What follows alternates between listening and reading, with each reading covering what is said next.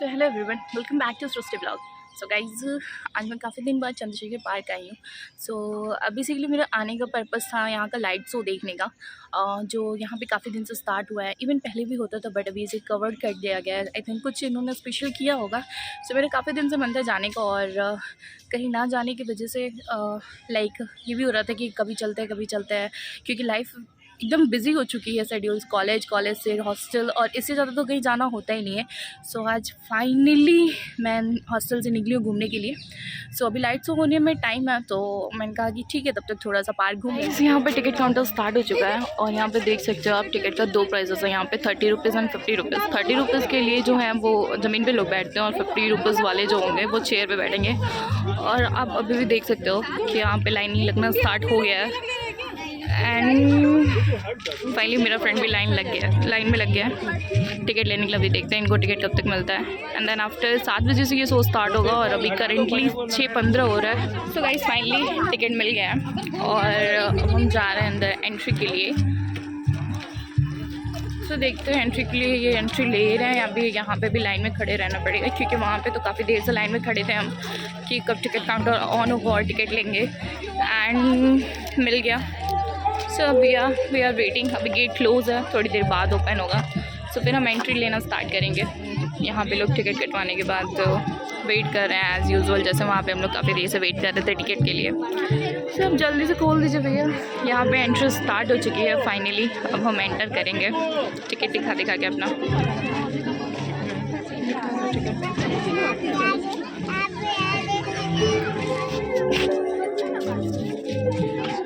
So this is the first view of light show, and ये अभी start नहीं हुआ है। अभी यहाँ पे आगे लोग बैठना स्टार्ट करेंगे। ये एरिया यहाँ पे दिया हुआ है। एंड सी अभी ये काफ़ी अच्छा लग रहा है, और अभी देखते हैं स्टार्ट होने के बाद कैसा लगता है। आई थिंक अच्छा ही कुछ फील देने वाला है। मेरा दोस्त वेट कर रहा है स्टार्ट होने का, और अभी भी टाइम है स्टार्ट होने में। बट यहाँ का weather and light music greenery just wow we can say that wow. Basically हम कह सकते हैं कि अगर आप डिप्रेस हो थोड़ा बहुत भी, तो यहाँ पे आके थोड़ी देर एंजॉय कर सकते हो, देख सकते हो, जिसके बाद आपको काफ़ी अच्छा फील होगा, है ये नहीं? एकदम।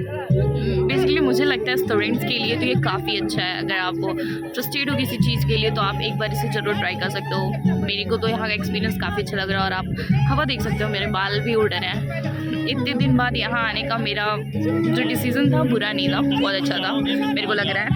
और फैमिलीज़ भी यहाँ पे हैं, आंटीज़, बच्चे, सब लोग हैं। सो बस होप जल्दी से स्टार्ट हो और मैं जल्दी से देखना शुरू करूँ इसे। कांट एक्सप्लेन ये कितना अच्छा लग रहा है।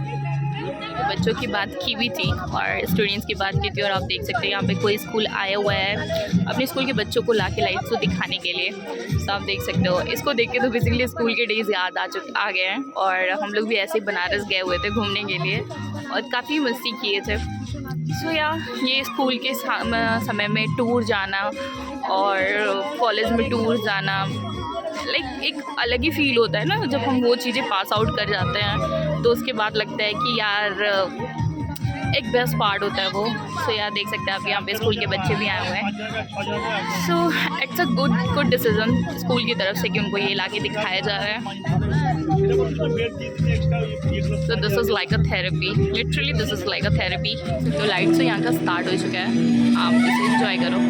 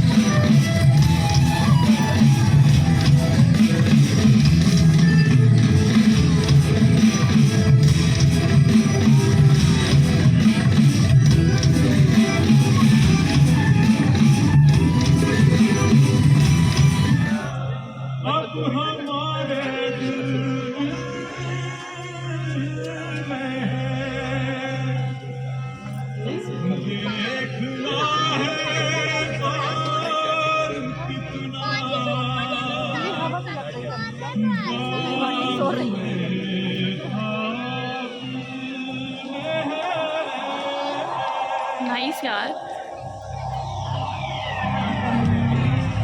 मैं वही वृक्ष, डैम। वही पीपल का दरख्त जिसने क्रांतिकारियों के साथ आज महान चंद्रशेखर आजाद की शहादत दी। बरसों से खड़ा हूं यहाँ, बहुत कुछ देखा है मैंने, बहुत कुछ सुना है। उन परिंदों से जो मेरी शाखों पर अपना डेरा बसाते हैं, उन हवाओं से जो दूर दूर की खबरें लेकर आती हैं, अपने इन बरसों पुरानी जड़ों से जो जमीन के भीतर दफन हजारों बरस पुराने किस्से और कहानियां खोज लाती है और मुझे सुनाती है। उन्हीं किस्से कहानियों के जमघट में छुपी एक कहानी मैं आज आपको सुनाता हूं। गंगा जमुना सरस्वती के संगम पर हजारों साल पुराने बसे हुए शहर की कहानी, इस प्रयागराज की कहानी, जिसका वर्णन ऋग्वेद में भी मिलता है।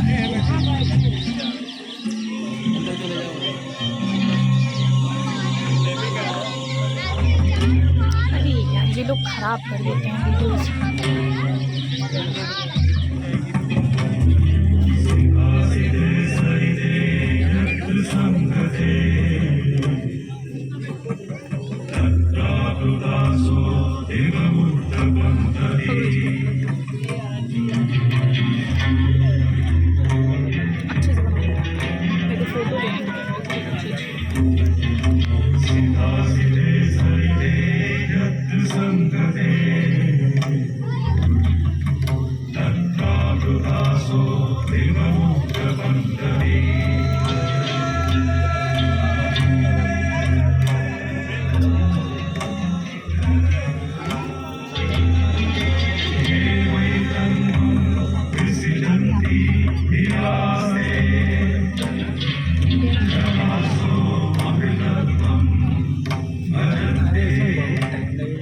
अच्छे से मेरे को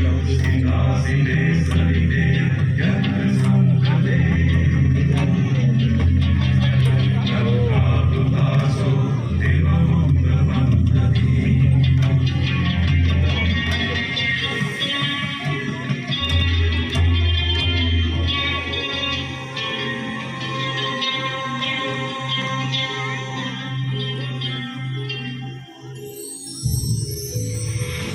जो मनुष्य श्वेत शाम नदियों के संगम पर स्नान करते हैं, उन्हें स्वर्ग की प्राप्ति होती है, और जो धैर्यवान मनुष्य इसके किनारे अपनी देह त्यागते हैं, उन्हें सीधे मोक्ष की प्राप्ति होती है।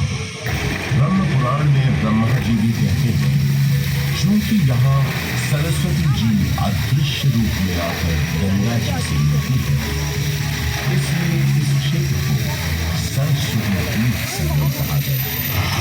विष्णु पुराण में भी एक प्रसंग मिलता है कि एक बार जब देवर्षि नारद ने ब्रह्मा जी के पुत्र सनक जी से पूछा कि सर्वोत्तम तीर्थ कौन सा है, तब उन्होंने बताया कि समुद्र पर्यंत पृथ्वी पर जितने पुण्य क्षेत्र विद्यमान हैं, उनमें प्रयाग नामक तीर्थ सबसे उत्तम है। इसी विक्टोरिया मेमोरियल के बगल में अंग्रेजों ने एक बैंड स्टैंड भी बनवाया। उस जमाने में ब्रिटिश सरकार के ज्यादातर जलसे और दावतें इसी पार्क में हुआ करती थी। उन कार्यक्रमों के दौरान यहाँ पुलिस बैंड बजाने का रिवाज था। इस संगीत का आनंद अंग्रेजों के साथ साथ कुछ रईस और रसूखदार इलाहाबादी भी लेते थे। ऐसा माना जाता है कि ये बैंड स्टैंड अंग्रेजों को एक बंगाली सज्जन बाबू नीलकमल मित्रा ने भेंट किया था।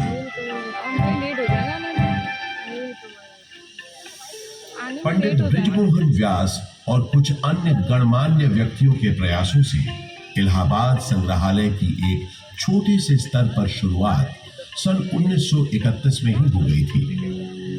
एल्फ्रेड पार्क में म्यूजियम के वर्तमान भवन का शिलान्यास पंडित नेहरू ने 14 दिसंबर 1947 को किया और भारतवर्ष के 4 राष्ट्रीय संग्रहालयों में से एक इलाहाबाद म्यूजियम सन 1954 में आम जनता के लिए खोल दिया गया।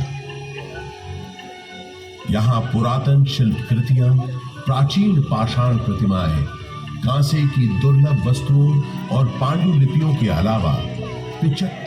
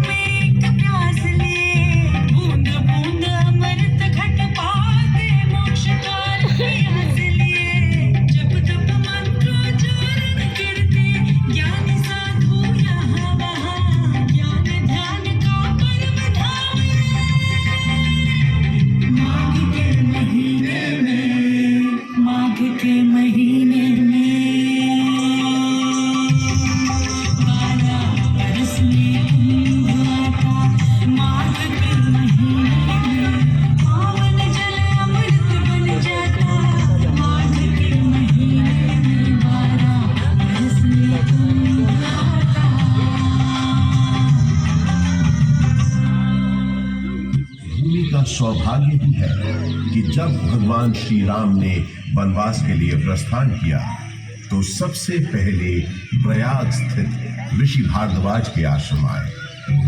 महर्षि भारद्वाज एक महान तपस्वी ज्ञानी महर्षि थे। रामचरितमानस में गोस्वामी तुलसीदास जी ने लिखा है कि भारद्वाज मुनि बस ही प्रयागा, अर्थात भारद्वाज मुनि का निवास स्थान प्रयागराज है। ऐसा माना जाता है कि भगवान श्री राम ने वन जाते समय यहाँ रात्रि निवास किया था। भारद्वाज ऋषि ने भगवान राम को विदा करते समय बताया था कि आगे जाने पर आपको बरगद का पेड़ मिलेगा जिसे शाम वट कहते हैं। इसके नीचे बहुत से सिद्ध पुरुष निवास करते हैं। ये शाम वट ही आज का अक्षय वट है। इस अक्षय वट के महत्व का वर्णन पुराणों में स्पष्ट रूप से किया गया है।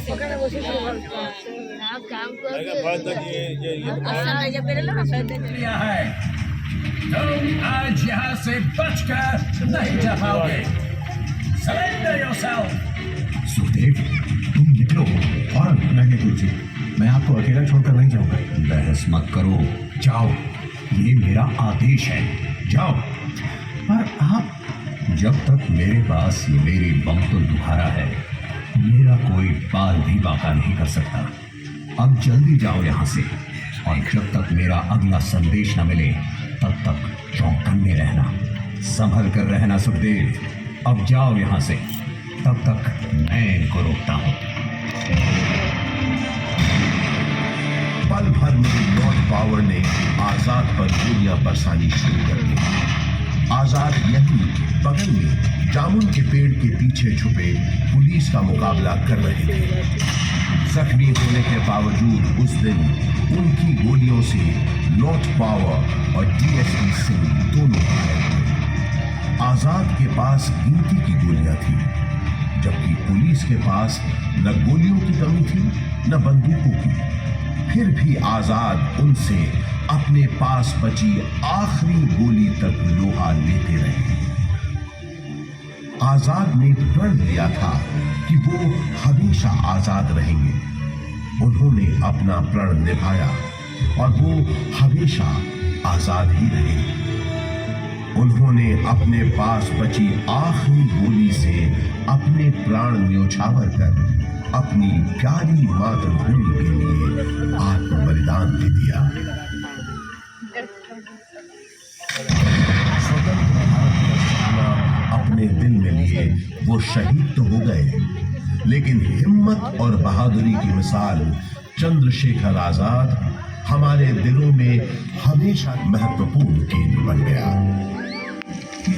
इलाहाबाद हाईकोर्ट इसका एक जीवंत उदाहरण है। देश के 4 उच्च न्यायालयों में से तो एक ये है ही। इसके अलावा अनेक महत्वपूर्ण और ऐतिहासिक फैसले देने का श्रेय भी इस न्यायालय को जाता है। शिक्षा के प्रसार के लिए अंग्रेजों द्वारा बनाया गया इलाहाबाद विश्वविद्यालय इस शहर को उनका दूसरा महत्वपूर्ण योगदान था। इलाहाबाद विश्वविद्यालय की स्थापना 16 नवंबर 1887 को हुई।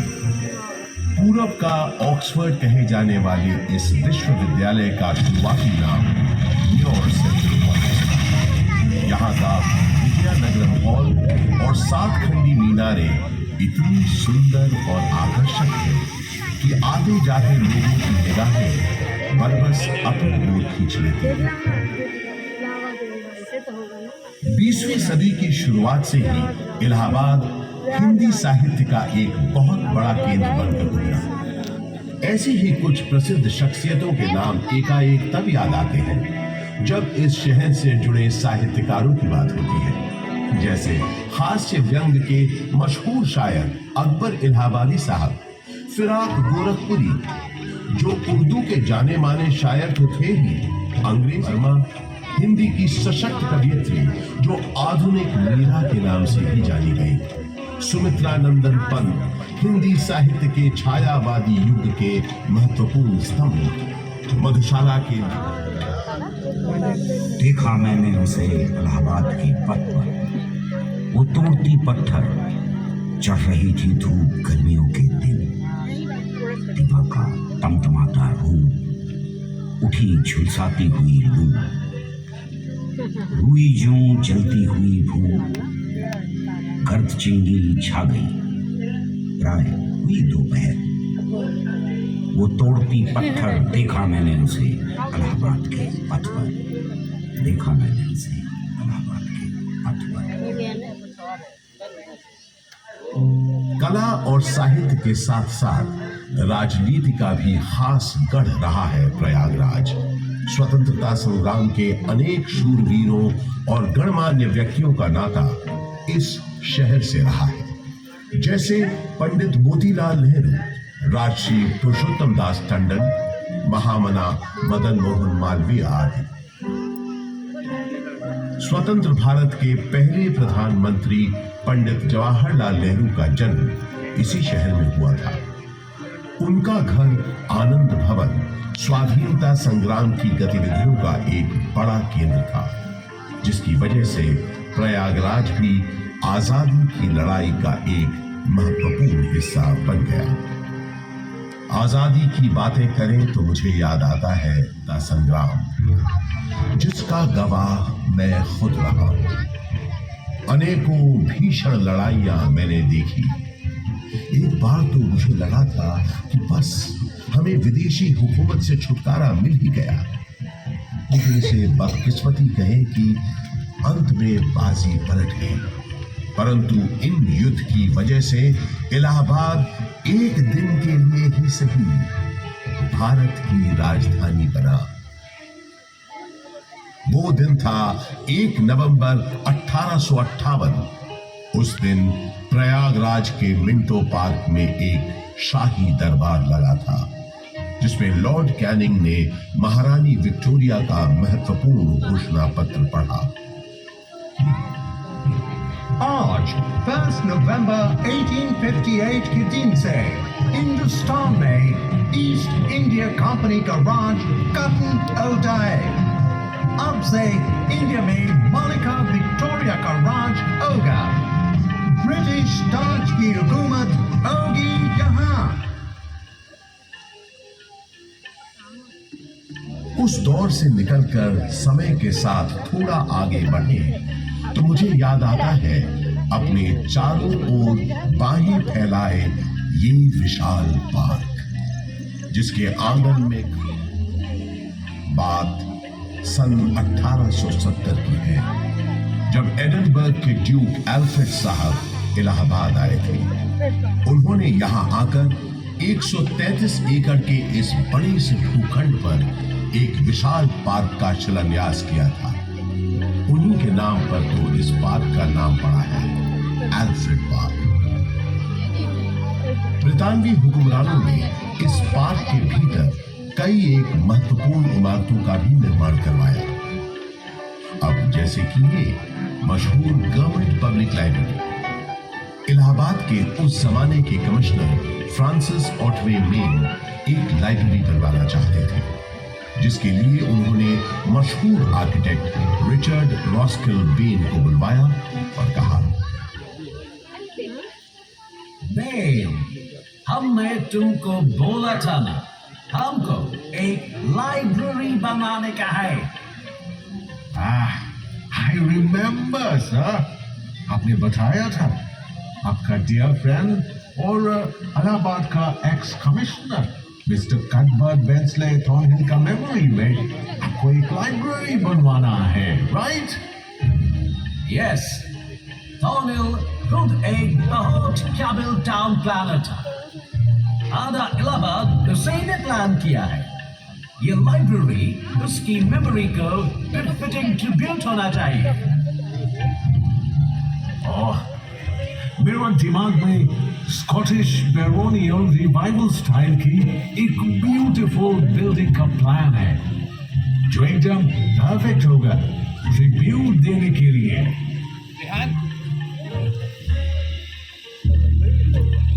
वादे के मुताबिक श्रीमान बेन ने एक बहुत ही खूबसूरत इमारत बनाई, जिसे उस जमाने में थॉर्नहिल मेन मेमोरियल के नाम से जाना जाता था।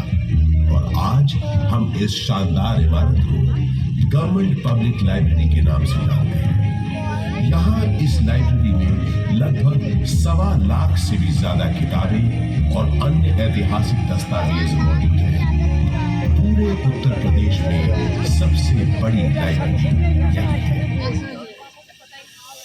विक्टोरिया मेमोरियल कोलकाता में है, ये तो सब जानते हैं, लेकिन उससे थोड़ा छोटा मगर बेहद सुंदर विक्टोरिया मेमोरियल यहाँ प्रयागराज में भी मौजूद है।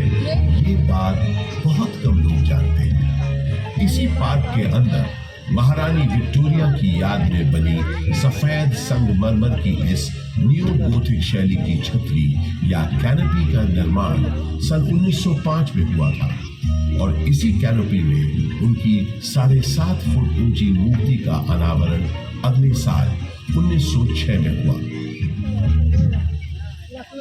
इसी विक्टोरिया मेमोरियल के बगल में अंग्रेजों ने एक बैंड स्टैंड भी बनवाया। उस जमाने में ब्रिटिश सरकार के ज्यादातर जलसे और दावतें इसी पार्क में हुआ करती थी। उन कार्यक्रमों के दौरान यहाँ पुलिस बैंड बजाने का रिवाज था। इस संगीत का आनंद अंग्रेजों के साथ साथ कुछ रईस और रसूखदार इलाहाबादी भी लेते थे। ऐसा माना जाता है कि ये बैंड स्टैंड अंग्रेजों को एक बंगाली सज्जन बाबू नीलकमल मित्रा ने भेंट किया था।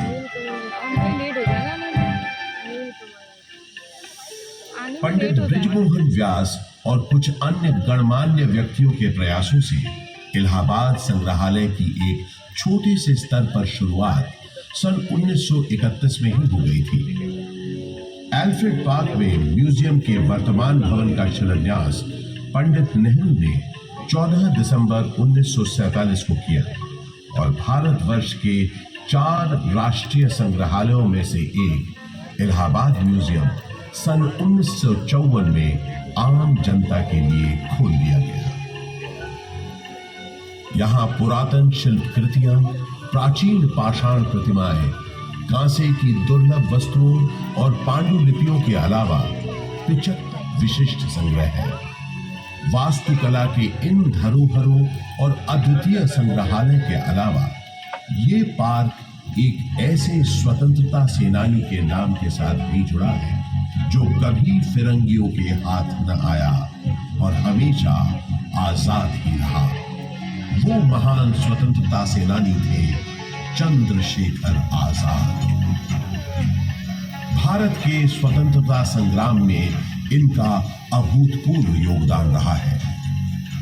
मशहूर क्रांतिकारी दल हिंदुस्तान रिपब्लिक एसोसिएशन को हिंदुस्तान सोशलिस्ट रिपब्लिक एसोसिएशन के नाम से न सिर्फ उन्होंने पुनर्गठित किया बल्कि भगत सिंह, राम प्रसाद बिस्मिल, अशफाक उल्लाह खान जैसे अनेक क्रांतिकारियों को उसमें शामिल भी किया।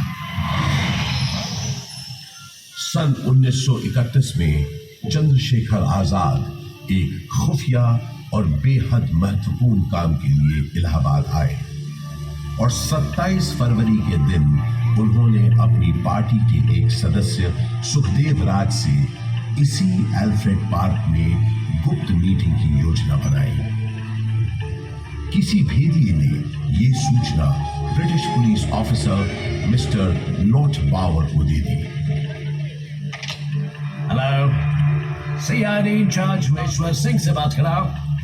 अर्जेंट मैटर है। सलाम साहब, DSP सिंह बोलता हूँ। सही, 30 आर्म सिपाही लेकर एल्फ्रेड पार्क के पास मिलो फौरन। आपका मतलब कंपनी बात? यस, कंपनी बात। क्वेश्चंस पूछ के टाइम मत वेस्ट करो, जल्दी करो। इस गद्दारी से बेखबर आजाद कंपनी बाग पहुंच चुके थे और पार्क में छुपे हुए थे। सुखदेव राज भी इलाहाबाद में अपने छुपने के ठिकाने से निकलकर उनसे मिलने तयशुदा जगह पर पहुंच गए। आजाद कहीं दिख नहीं रहे थे। सुखदेव ने उन्हें ढूंढना शुरू किया और आखिर वो दोनों मिल गए। गुरुजी, सुखदेव, किसी ने तुम्हारा पीछा तो नहीं किया? आप निश्चिंत रहें गुरुजी, मैंने यहाँ आते वक्त पूरी सावधानी बरती है। शाबाश सुखदेव, शाबाश। मैंने तुम्हें यहाँ बहुत जरूरी मंत्रणा के लिए बुलाया है। जी बताइए। मैं चाहता हूँ कि तुम और तुम्हारे 4-5 विश्वास पात्र साथी। आजाद और सुखदेव की बातचीत शुरू हुई ज्यादा देर नहीं हुई थी कि नॉट बावर 30 राइफलधारी सिपाहियों के साथ यहाँ पहुंच गया। Mister Chandrashekhar Tiwari, you have been surrounded by police। लिया है, तुम आज यहाँ से बचकर नहीं जा पाओगे। Surrender yourself। सुखदेव, तुम निकलो और रहने दीजिए, मैं आपको अकेला छोड़कर नहीं जाऊंगा। बहस मत करो, जाओ, ये मेरा आदेश है, जाओ। पर आप, जब तक मेरे पास ये मेरी बमतुल बुखारा है, मेरा कोई बाल भी बाका नहीं कर सकता। अब जल्दी जाओ यहाँ से, और जब तक मेरा अगला संदेश न मिले तब तक चौकन्ने रहना, संभल कर रहना। सुखदेव, अब जाओ यहाँ से, तब तक मैं इनको रोकता हूँ। पल भर में नॉट बावर ने आजाद पर गोलियां बरसानी शुरू कर दी। आजाद यहीं बगल में जामुन के पेड़ के पीछे छुपे पुलिस का मुकाबला कर रहे थे। जख्मी होने के बावजूद उस दिन उनकी गोलियों से लॉर्ड पावर और डीएसपी सिंह दोनों घायल हुए। आजाद के पास गिनती की गोलियां थी, जबकि पुलिस के पास न गोलियों की कमी थी न बंदूकों की। फिर भी आजाद उनसे अपने पास बची आखिरी गोली तक लोहा लेते रहे। आजाद ने प्रण लिया था कि वो हमेशा आजाद रहेंगे। उन्होंने अपना प्रण निभाया और वो हमेशा आजाद ही रहे। उन्होंने अपने पास बची आखिरी गोली से अपने प्राण न्योछावर कर अपनी प्यारी मातृभूमि के लिए आत्म बलिदान दे दिया। स्वतंत्र भारत का सपना अपने दिल में लिए वो शहीद तो हो गए, लेकिन हिम्मत और बहादुरी की मिसाल चंद्रशेखर आजाद हमारे दिलों में हमेशा। आज हमारा भारत देश एक स्वतंत्र देश है, तो उसका शेर शहीद आजम चंद्रशेखर आजाद जैसे लोगों के उत्सर्ग को उनकी शहादत हो जाता है, जिन्होंने अपनी जान से भी ज्यादा प्यारी मातृभूमि के लिए हंसते हंसते अपने प्राणों की आहुति दी। आजाद अक्सर कहा करते थे, अंग्रेजों की गोलियों का हम सामना करेंगे। हम आजाद थे, आजाद हैं, आजाद ही रहेंगे।